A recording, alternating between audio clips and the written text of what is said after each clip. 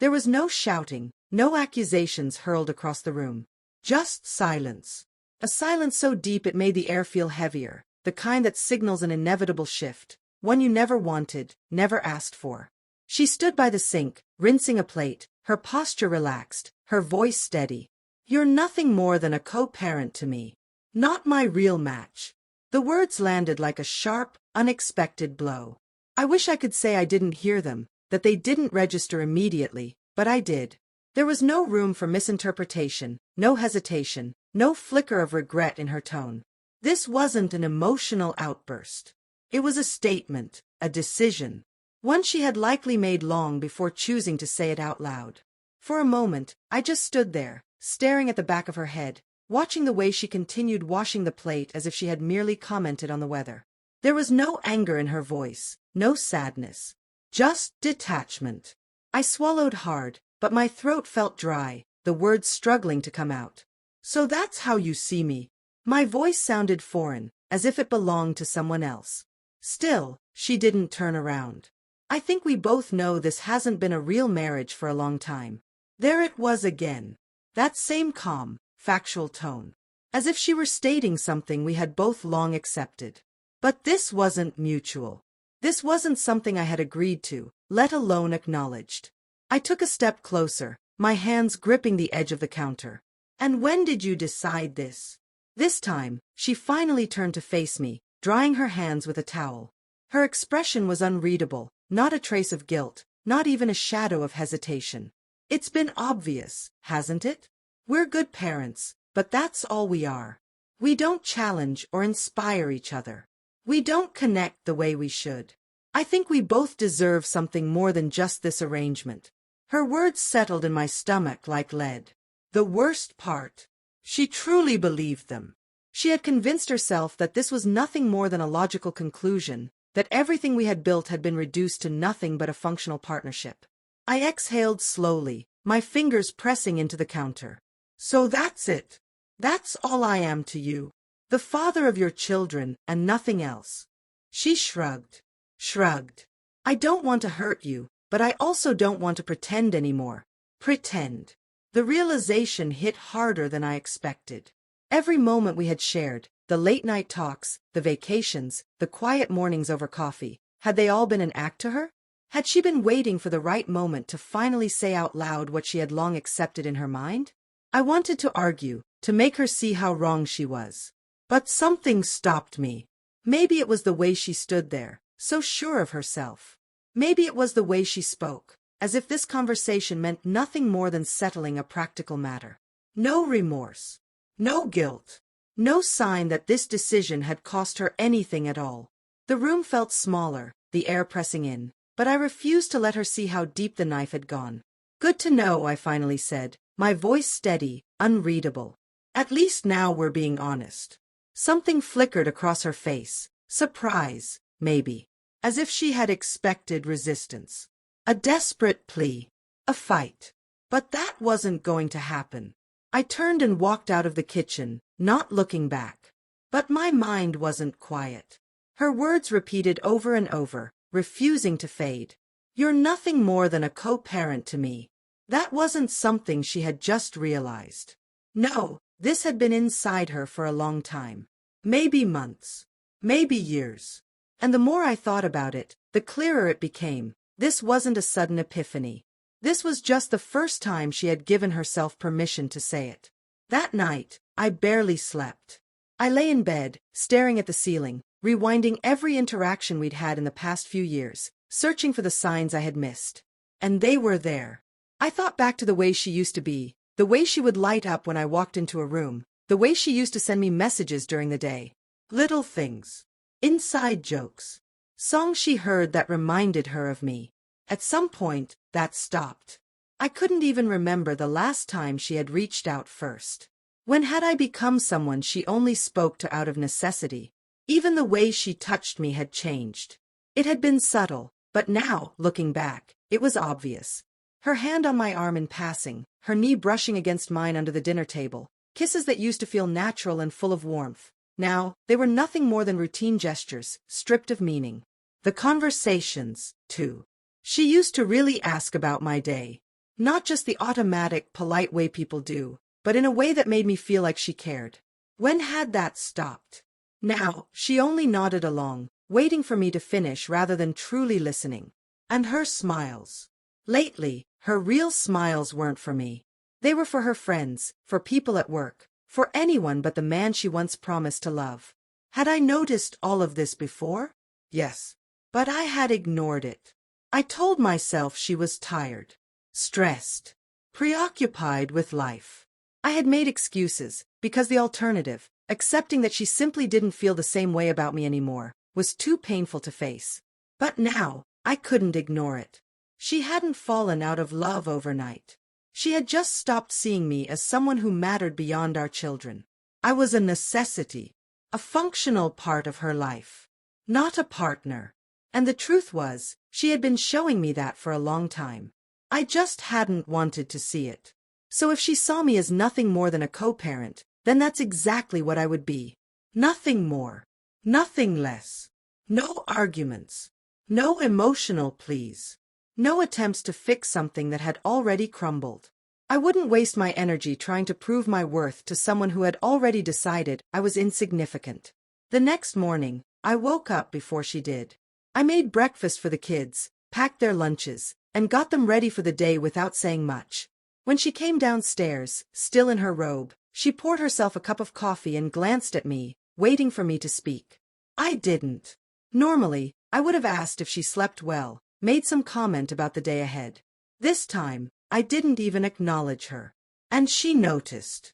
At first, it was just a few lingering glances, as if she was waiting for me to break the silence. Maybe she thought I was upset, brooding. But I wasn't. I was just done. I dropped the kids off at school and went about my day like nothing had changed. Except everything had. That evening, when she got home from work, I was already sitting with the kids, helping them with their homework. She sighed, tossed her bag on a chair, and lingered for a second, expecting me to ask about her day. I stood up, looked at the kids, and said, "I'll be in my office if you need me." Then I walked out. She hesitated. I saw it. She was waiting for something, for me to act like I always had. But I didn't. And that was the beginning of it. No more conversations unless they were about the kids. No more messages throughout the day. No more small talk. No more favors. For years, I had given her everything, attention, effort, care, while she slowly detached herself. Now, she would know what it felt like to be on the other side of that. At first, she pretended not to care. Maybe she even thought she had one. But the moment she realized she was no longer the one in control, was the moment she truly started to feel the weight of what she had done. The silence between us was deafening, heavier than any shouting match could have been. No accusations were hurled across the room, no voices raised in frustration, just an emptiness that made the air thick, pressing against my chest with an unshakable weight. It was the kind of silence that signals an irreversible shift, the moment before the ground crumbles beneath your feet. She stood by the sink, rinsing a plate, her posture relaxed, her movements unhurried. Her voice, when she spoke, was calm. Too calm. "You're nothing more than a co-parent to me, not my real match." The words left her lips with a certainty that told me she had been holding on to them for far too long, waiting for the right moment to finally set them free. I heard them. I heard them clearly. There was no hesitation, no flicker of regret, no hint of second-guessing. It wasn't an outburst, not an emotional slip. This was a decision, one that had likely been made long before she ever uttered it aloud. For a moment, I just stood there, staring at the back of her head as she continued washing the plate, as if she had merely commented on the weather, as if what she had just said hadn't shattered something inside me. My throat was dry, my chest tight. I swallowed hard before managing to speak. "So that's how you see me." My own voice sounded unfamiliar, like it belonged to someone else. She didn't turn around. "I think we both know this hasn't been a real marriage for a long time." Her tone remained steady, factual, devoid of emotion. "We're good parents, but that's all we are. We don't connect like we should. We don't inspire each other. We both deserve more than just this arrangement." The finality in her words landed like a blow, knocking the wind from my lungs. The worst part wasn't what she said, it was that she believed it. Completely. She had convinced herself that whatever we had built together over the years had been reduced to nothing more than functional co-parenting. I gripped the edge of the counter, grounding myself against the sudden wave of disbelief. "And when did you decide this?" This time, she turned to face me, drying her hands with a towel, her expression unreadable. "It's been obvious, hasn't it?" There it was again, that cold certainty, as if this was a logical conclusion we had both reached, a mutual agreement. But this wasn't mutual. I had never consented to this quiet unraveling, had never acknowledged that the love between us had eroded into something mechanical and hollow. I let out a slow breath. "So that's it." My voice was steadier than I felt. "That's all I am to you. Just the father of your children, and nothing else." She shrugged. "I don't want to hurt you, but I also don't want to pretend anymore." Pretend. The word echoed in my mind, splintering into 1,000 questions. Had every shared moment been a performance? The late-night talks, the lazy Sunday mornings, the quiet smiles over coffee, had all of it been just a script she had been following out of obligation? Had she been waiting, all this time, for the right moment to finally let me know I was nothing more than a duty in her life? I wanted to argue, to remind her of the love we had once shared, to make her see how wrong she was. But something held me back. Maybe it was the way she stood there, so certain, so unaffected. Maybe it was the absence of sadness in her eyes, the way she spoke as if she were merely discussing an inevitable outcome. The air in the room was suffocating. I pushed away from the counter. "Good to know." My voice was unreadable, controlled. "At least now we're being honest." Something flickered across her face. Surprise, maybe. As if she had expected resistance, a desperate plea, anything but acceptance. But I wasn't going to give her that. I turned and walked out of the kitchen, refusing to look back. But the words refused to leave me. They repeated in my mind like a broken record, refusing to fade into the background. "You're nothing more than a co-parent to me." That night, sleep eluded me. I lay awake, staring at the ceiling, rewinding every interaction we'd had over the past few years, searching for the cracks that had been there all along. And they were there. Clear as day. I thought back to how she used to be, the way her eyes would light up when I walked into a room, the way she would send me texts just because she was thinking about me, the way she would touch me absent-mindedly, affection woven into every small gesture. At some point, that had all stopped. I had noticed it. Of course I had. But I had made excuses. Told myself she was just busy, stressed, exhausted. I had convinced myself that her growing distance was temporary. Because the alternative, the thought that she simply didn't feel the same way anymore, was too painful to face. But now, I couldn't ignore it anymore. She hadn't fallen out of love overnight. She had simply stopped seeing me as someone who mattered beyond our children.